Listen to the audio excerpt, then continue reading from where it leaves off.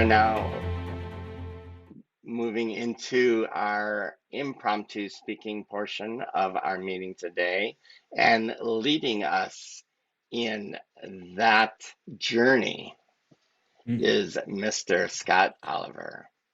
Please join me in welcoming Scott. Good morning, fellow Toastmasters. You know, when you don't have a pre-designed speech, I would tell you that you have a rendezvous with destiny to speak now. So those of you who haven't spoke are going to either be called upon or volunteer to speak. And today I found an old box of idea cards that's been laying around. It's called Cards for Self-Exploration. And I've picked a few questions for you to answer. They're random, maybe uncomfortable, maybe comfortable, maybe fun, maybe funny. It's up to you. I do have a quick question for you, Brad, on the amount of time. It is 9:47. We're supposed to start this at 9:37. So we have time for what, 5? We are moving to the 9. Yeah, that sounds about good. Maybe 4. Okay. Sounds good. Off we go. I think some of our new members need, or all of the members need to hear from the new members. So Judith, would you like to go? Of course. All right. Buck up, Buttercup. This is going to be fun. In what way is your current or previous partner quite annoying?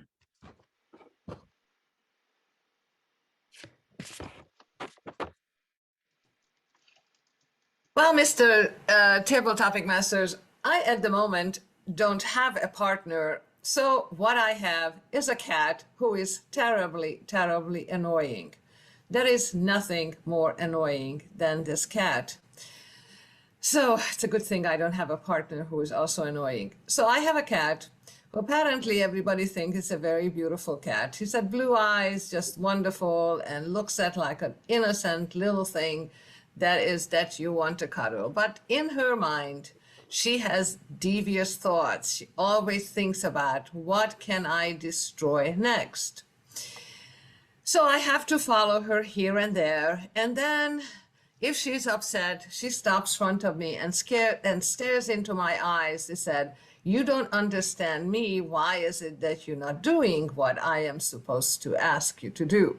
Yes, she is very annoying. I was happy to take a 3-day vacation from my cat about 3 days ago.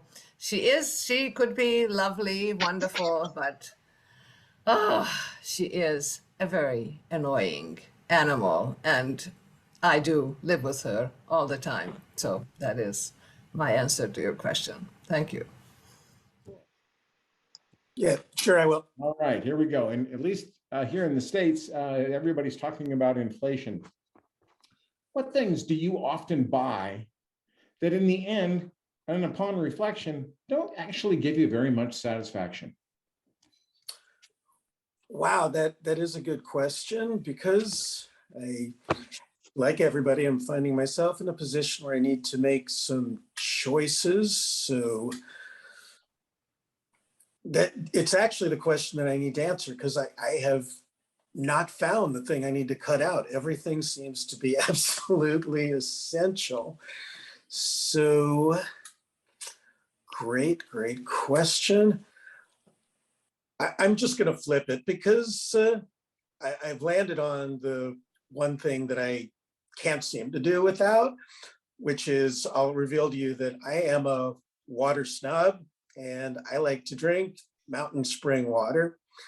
And I have noticed lately at the grocery stores that my liter bottles of water that used to be $1.50 are now $3. So I've doubled my water consumption costs. It is making quite a dent. Something is going to have to fall by the wayside with these inflation times we live in, but it's not going to be my mountain spring water. I just need that too much. So Scott, thanks for the opportunity to reflect on that. Be fun. Paul, did you make it back? Do we have a microphone on you? I hope so. Can you hear me now? Yes, sir. You're Yes. in. Okay. Well, this is a tough question for any of us to answer. What are you trying to say through your clothes? through my clothes. Well, I've been told recently that I have a rendezvous with destiny, and that is in men's clothing shops. My partner has said to me that 5 out, 1 in. You need to really change how you look. And I'm joking to some extent, but what do I want to say through my clothing? I want to say that I'm professional. Do I do it right now? Not today. It is hot and muggy. It is, what, 30 degrees here. I'm not even capable of doing the math right now to convert that. But it's hot and it's sticky and I am not looking very professional. And I've been on screen all day. So what have I been saying today on screen? I've been saying, oh, thank God it's Friday. That's what my apparel has said to my colleagues today. In the future, I want my apparel to say, Paul has a rendezvous tonight. It looks like he's going out. Somebody's going to enjoy his company. Whether or not I'll manage that, I'm pretty sure I will. I need to actually be quite ruthless. So a rendezvous with the recycling center seems imminent. Big black sack, a lot of things from my wardrobe, out they are going to go because the lady of my life deserves to see me look a little bit better. I feel a whole lot better when I'm dressed in a very different way. So I think I'm coming up to about 1:40 at that stage. And Scott, I'm going to pull the plug and say thank you for the opportunity to speak. Most excellent. Here we go. David, what one thing did you enjoy most doing as a child? And what do you do now to get the same feelings?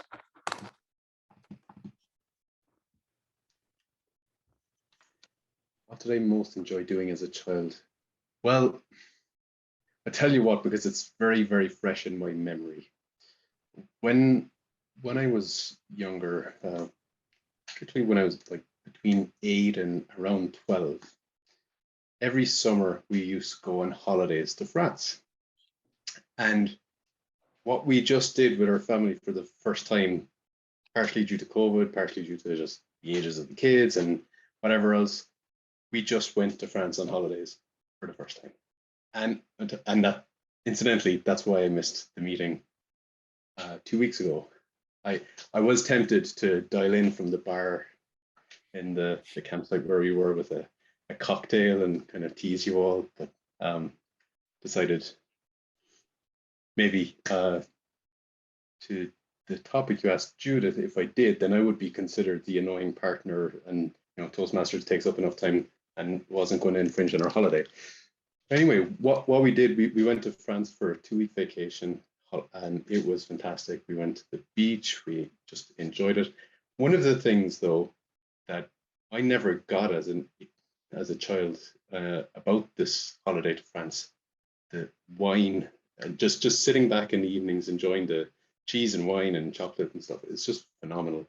I give you a data point in relation to Gary's inflation comment. A bottle of wine in a supermarket in France, 750, 3/4 of a liter, €2.35 for a decent bottle of wine that you can actually drink. It's incredible, cheaper than water. Mr. Toastmaster. Table topic evaluation. So let's welcome John White, who's going to make this all clear how this is going to happen. Let's see. I've never been called a rendezvous with clarity, but perhaps in this instance I can. I am going to identify 3 people who will give 1-minute evaluations of table topic responses. So timer, Kathy, please prepare for that. Followed by 3 minutes of my general evaluation of the table topics. So the first person we're taking on is Judith's response. She was talking about whether she had an annoying partner or not. Harold G., what's your 1-minute evaluation of that, sir? Thank you, John White, fellow Toastmasters, most welcome guest. Judith, I have such admiration for her speaking. At the drop of a hat, she had someone who aggravated her. I enjoyed it. She was very descriptive.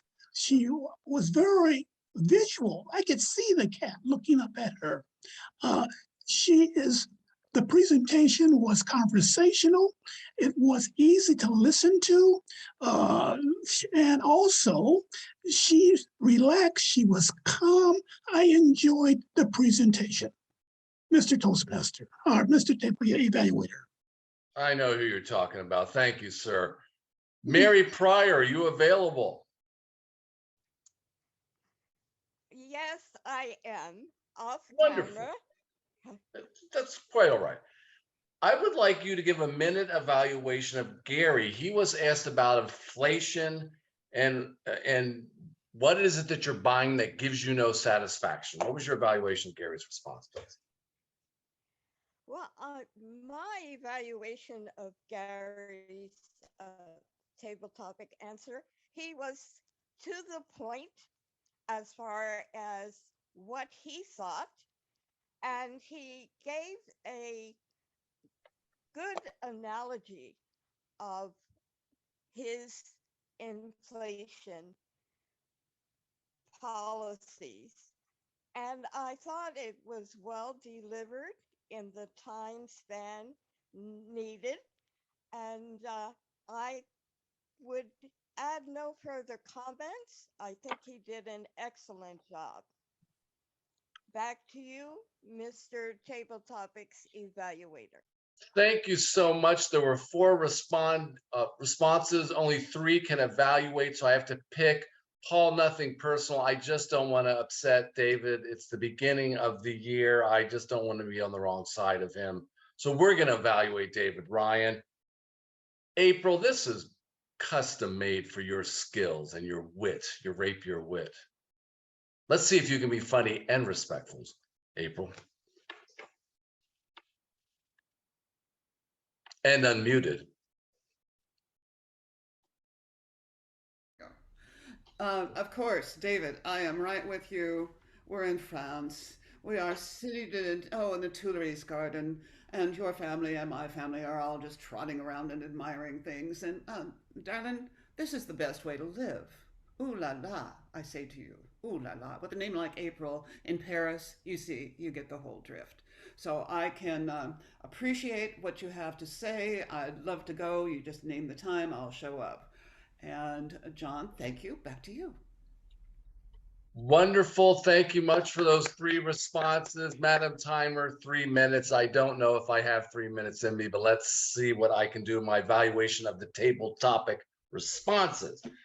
Judith, well done. When asked whether you had a partner or not, that could be devastating if you don't. You said you had a cat and you just went with it and treated the cat like a partner. The comic in me says, partner? I don't have one. And then ... And that annoys me, or that doesn't annoy me. That was a ripe comic moment, but your response was wonderful. Gary, the wheels were churning, looking for traction. You said it was a great question. It was a great question. I've been there myself. And it was an interesting question about inflation. And all of a sudden, what are you buying things that you're not getting satisfaction of? I saw the connection, but it was a bit advanced. And that's the kind of things you get from Scott. You did eventually get your stuff down. And you had a great line about how you're spending more for the same amount of water. So in the end, it worked out early on. Anyway, it was great. Paul, 5 out, 1 in. I will always remember that. For you, Paul, I think you have a camera issue where I think you were looking off. Maybe you were talking to the spouse or the partner who's asking you to take your clothes off and replace them with something more natty.